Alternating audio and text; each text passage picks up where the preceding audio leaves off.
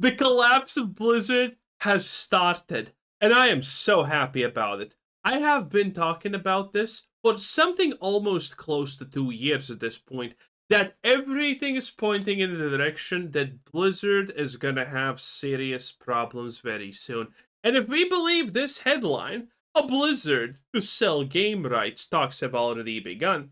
It's pretty over. Because you see, a studio, a franchise, a business that is doing fine is not just gonna randomly sell any of their IPs if they are doing fine. That's something you do if things are starting to look pretty bad. And again, Diablo 4, disaster. World of Warcraft is finally starting to lose it at an accelerated pace because people just don't care. The apathy for World of Warcraft retail has set in so hard, and the player numbers are. Is it what? 2-3 years in a row now have been reported the lowest constantly, that it's just shrinking and shrinking. And, well, StarCraft 2, no one cares at this point, obviously. And what's left? I think they had something with. Oh, yeah, Overwatch. Yeah, that got absolutely slapped and killed by Marvel Rivals. So, yeah, it's not looking good for Blizzard. And a lot of people are probably thinking, is it really that bad? Even if World of Warcraft has only 20% of its current peak population, which could actually be maybe real at this point at the lowest case scenario, that's still a lot of people. That's still a lot of money. Yes, true. But you need to understand. Now, I'm gonna just guess at this point because I have not checked the numbers. I have not tried to check the numbers. I have not heard about the numbers. But if I had to make an educated guess, and I'm pretty good at these things, we are right way more than we are wrong with this type of finance, then I would say that probably all of the expenses surrounding maintaining World of Warcraft and keeping it fresh and whatnot, a year, if Blizzard has a revenue of over $1 billion in World of Warcraft, that Blizzard is probably spending roughly $1 billion at keeping World of Warcraft up to standards. And yeah, that's not a good comparison for them. So, how would you like a new StarCraft game? How would you like 4 StarCraft games? Because today we're going to talk about the rumored return of StarCraft, right? One of Blizzard's biggest franchises. And of course, it seems credible. We all remember how breathlessly excited. Now, StarCraft is a one-trick pony now at this point, in my opinion, because you see, the trick with StarCraft at this moment is the story is over, and it doesn't matter what you think about Jim Raynor being cucked at the end because Kerrigan did not lay down with him, which is sad considering she became an interplanetary god creature thing, mommy. I don't know about you, but I would put my penis in that. Anyway, yeah, the StarCraft story is over. It doesn't matter if you liked it or not. It's pretty much over. And, well, they can mess up the story. I don't believe current Blizzard could be ever able to write even a remotely good story at this point, considering how fucking poor the War Within is going and everything. Midnight and all of that stuff is happening. Now, considering all of that, they would still probably make at least 10 million sales if StarCraft 3 came out. I would buy it. You would buy it. Most of us would buy it. And 10 million sales is probably being pretty generous. Probably would be closer to like 15 or maybe 20 million sales. Because it would create a lot of hype. Now, admittedly, it would be the worst thing probably ever. But it would create a lot of hype. But then you need to understand that they just need to make one $100 Longboy, and they have made more money than that, technically, for less expense. Excited Phil Spencer was about taking over the Activision Blizzard IPs. It seemed like they'd actually cook something, but so far we've not really seen much in development. Like, there's been Game Pass ports, but not much else, not much. By the way, this also ties into the stuff I talk about Bethesda. And that is that Microsoft acquired Activision Blizzard, $80 billion, and Bethesda, $8 billion, or 90 or $9 billion, I don't fucking remember, but exuberant costs. And Microsoft is extremely unhappy with the performance. Obviously, everything I said at the start about Blizzard, Diablo 4, Overwatch, all of these things just failing, and Blizzard and World of Warcraft just falling into irrelevance. They're pretty mad. Just spending almost 100 billion on something and not seeing shit for return. Yeah, that's probably pretty painful. And Bethesda is literally doing nothing. Their latest thing was Starfield, and that was a meme on how bad it was. Solid. But now, a year and a half later, we're actually starting to see the first teases of what's. So the point is, yeah, Microsoft is gonna force Blizzard to make stuff the same way that they are forcing actually Bethesda to do stuff. The Fallout TV series only exists because of Microsoft. Going on with those franchises, especially StarCraft, and I wish I could tell you that I'm breathlessly excited. But I'm not! No. The monkey's paw always curls. Now, something you don't know about me is that I enjoy building things like this app front end. You know what I enjoy? Listening to Bellier lie about the stuff in his sponsorships. 30-day money-back guarantee.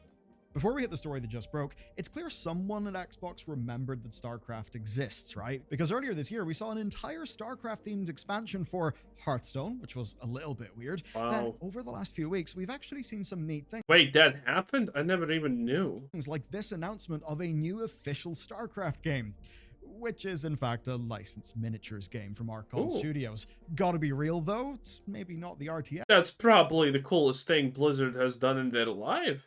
Yes, I would want, but StarCraft minis? Except what the hell is this? Bruv, is there a human in there supposed to be? What the? Those don't look like the things that I...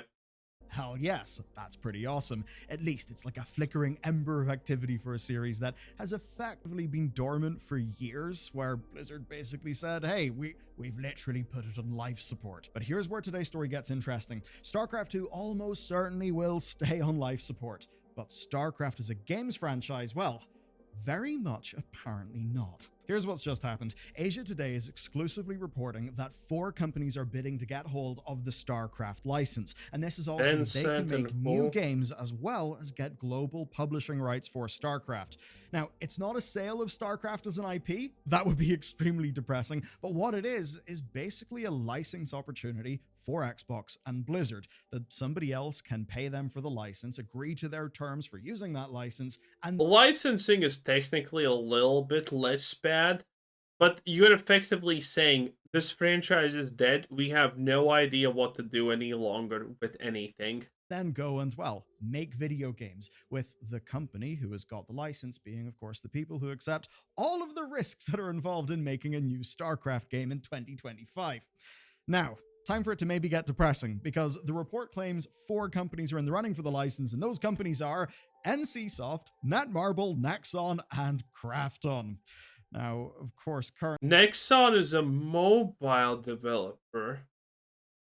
Netmarble is probably a mobile developer, and Krafton was shit. Also, mobile. Are these 3 mobile developers, or am I tweaking? Now, of course, currently it's unclear whether these are the only companies who are pitching, or simply that they are the ones that this particular outlet was able to get information on. I suppose big picture it says, hey, StarCraft Plus licensing appears to be a thing. Now, per Asia Today though, these bids are actually far enough along that they're fairly real. The companies have apparently pitched Blizzard at Blizzard's own campus. What's interesting is that all 4 companies also had aspects of their proposals leaked to Asia Today. So, GG, you were a good girl. Let's talk about our exciting new StarCraft games. NCSoft wants to make an RPG. Kind of makes sense. They do Lineage, Throne Liberty, they do Guild Wars. Maybe that could work. I'm suspicious. But then Netmarble wants to, well... You know what my favorite part about StarCraft's 2 storyline was, by the way? Yes. You probably know where I'm going with this. It was the introduction of the Feral Zerg. Primal Zerg, sorry, what's the difference? Anyway. And Abatur, how he explains the Feral Zerg, the Primal Zerg, whatever you want to call him, everything's politically correct here. They eat and kill and then evolve and only take the best characteristics from what they kill to become stronger. And then you look at the Avatar and he has this one little fucking tweaker hand thing that doesn't even work or have a function. My fucking god, man! What the hell did you? Not the Avatar, but the other guy, or maybe no, yeah, it was the other guy. Whatever. And he has this little tweaker hand, and it doesn't literally do anything. It's just a deformity. And it's like, the fuck did you eat? Where that was the best genetics? Did you eat dirt or something? My god, what the hell? Genetically evolved my ass. Marble wants to, well, make mobile games with, and I quote, deep gameplay. I love deep gameplay in a mobile game. I'm sure that's not monetized. Damn. And then Nexon claims that they've got a plan for a, quote, unique way to utilize the StarCraft IP, which, to be honest, sounds like I a threat. believe. And Krafton then say that they would leverage their existing development studios to make something new. Though whenever they were asked about this, they did deny. So who knows? First up, though, it's worth pointing out that all of those companies are South Korean. That's generically interesting. It's also interesting because, well, StarCraft plus Korea, it's kind of a thing. Second, though, these are all companies deep, I guess true, yeah. in the live service game minds. Hell yeah, what is this? I love it. All the lovely dark retention. Solo leveling arise, holy! Techniques that are designed to get Oh god, yes! people hooked in and paying. That's what these companies do. And then third, none of them have got a history of making strategy games like this. That being said, well, if they're big South Korean companies with lots of South Korean developers, they probably have a few StarCraft players knocking about the place. I suppose the closest company with, like, competency here would probably be Netmarble, but that again would be restricted to mobile strategy games, which, you know, again, I don't think we really want. Maybe it would be better than the Electronic Arts Command and Conquer mobile game. Anyway, what this seemingly means, though, is it's not StarCraft 3, and it's far more that IP being, well, slung about the place. Now, of course, right now, there is no hard confirmation that these licenses will be granted, right? Whether they'll be exclusive licenses or even that only one will be accepted. We can basically say from this that there are discussions that clearly something has changed, where they've maybe realized Blizzard Entertainment is not going to use... Wait a minute, when they're talking licenses, they're talking about the license, but I don't think... You see, I don't think Blizzard is going to sell them a one-time use license. Considering it's mobile games, it's probably going to be like all of the they get a revenue split from the stuff. And, well, obviously that they get some kind of, not that big, but, you know, licensing fee. Interesting. I mean, say what you will, I think StarCraft is probably one of the easier things to turn into a mobile slot fest, if I'm being real. Utilize StarCraft outside of the way that they are right now, which I'll get to in a little bit. Therefore, they may as well make money off that brand by licensing it about the place, which does make a lot of sense, but can be kind of dangerous, especially if you give it to a bunch of companies who don't exactly have the best reputation when it comes to player experience. So I'll definitely say, well, neither does Blizzard, technically. Don't get hyped, don't pre-order anything, and don't expect StarCraft 3 from them, but also don't expect it from Blizzard. But Blizzard are making a StarCraft game right now. I'll open with a quote from Jason Schreier. He said this when he was doing the press tour for his book, which is called Play Nice. The quote is, yes, they are working on a StarCraft shooter. Those are the facts. I've been able to independently verify that. I've talked to people who are sort of floating around that space. Are we returning to StarCraft Ghost once again? Shall we say? Yes, it is true. They are making a StarCraft shooter. They've actually tried to do that multiple times. So it's a shooter. It's going to be led by Dan Hay, who is a producer on Far Cry. He moved over to Blizzard and represents... Oh, this Far Cry. Whoa, whoa, whoa. I can't wait to be the genetically evil white religious dude. Whoa, man.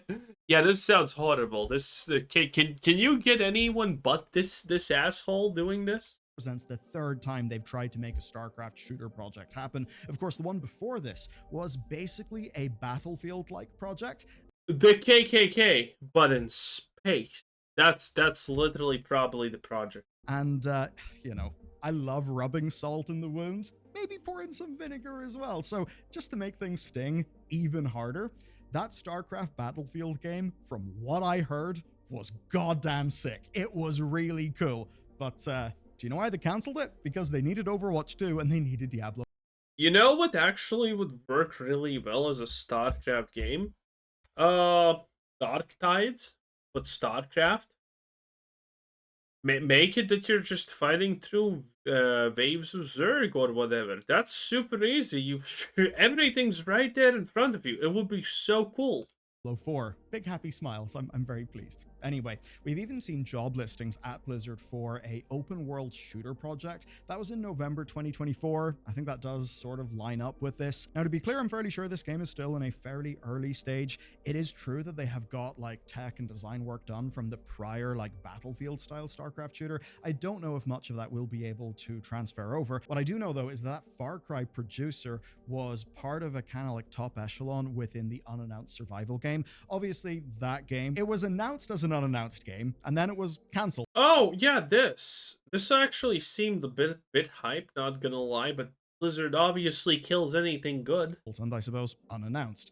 Now, there were humongous job cuts on that team. What I do understand is that some of the top echelon of that team then moved over to do this new StarCraft project, which I, well, can't imagine feels particularly great to a lot of ex-Blizzard employees. Anyway, putting all of this together, we could totally see multiple StarCraft projects in development in time for the 30th anniversary of StarCraft, which would be in 2028. But I would say that absolutely nobody appears to be making a strategy game, let alone a sequel, not even Blizzard Entertainment. And here's the thing that really does hurt, and it hurts me especially. Can you stop tapping the table for no reason, please? Especially, I love RTS. It's not hard to imagine why they wouldn't. The strategy game audience is harsh on sequels, and some of that's because games like StarCraft 1 and StarCraft 2 have shown us exactly what we like.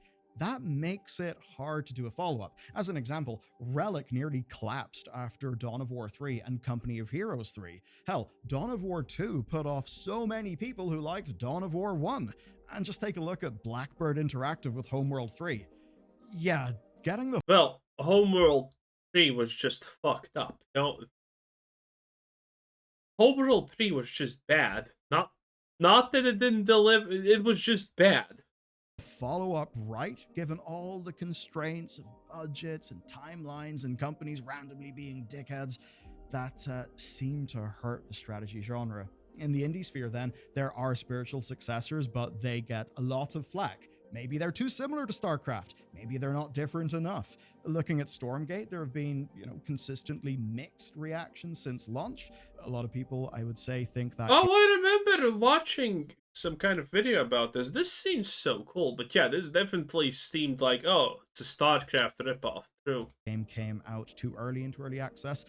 They do really appear to be trying to get that right, but yeah, it's tough. Star 2 would always be a tough act to follow.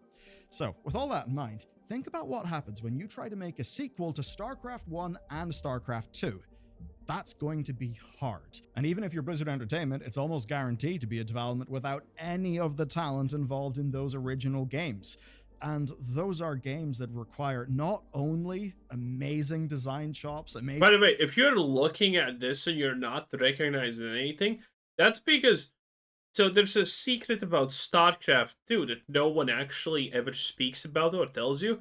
It's the fact that StarCraft 2 is effectively a better design game at this point than World of Warcraft.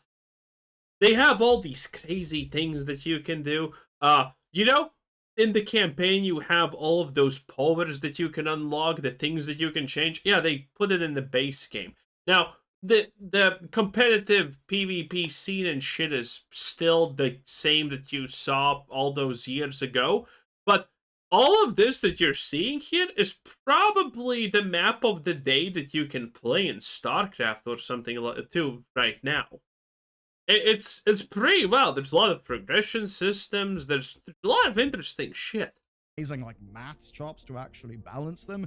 But just some of that vibes, some of that understanding, like intuition for the player that is so hard to get right in strategy games. And when you look at today's Blizzard Entertainment, you basically see StarCraft as an RTS is not worth them developing in their own opinion. Yet they clearly understand StarCraft does have cut through, does have brand recognition. Therefore, them doing some sort of big AAA shooter makes a lot of sense, while then also licensing it out so they can start to exploit the hell out of that IP. One of Wild. the big things of the Microsoft acquisition was the acquisition of IP. A lot of that IP was kind of hoarded within Blizzard, and one of the reasons was they'd had trouble when it came to external developments. Even the stuff with Blizzard North and Okay. Stop. Anyway, Blizzard, bad. Everyone knows it. 10 out of 10. Anyway, that was Billiard News. Bye.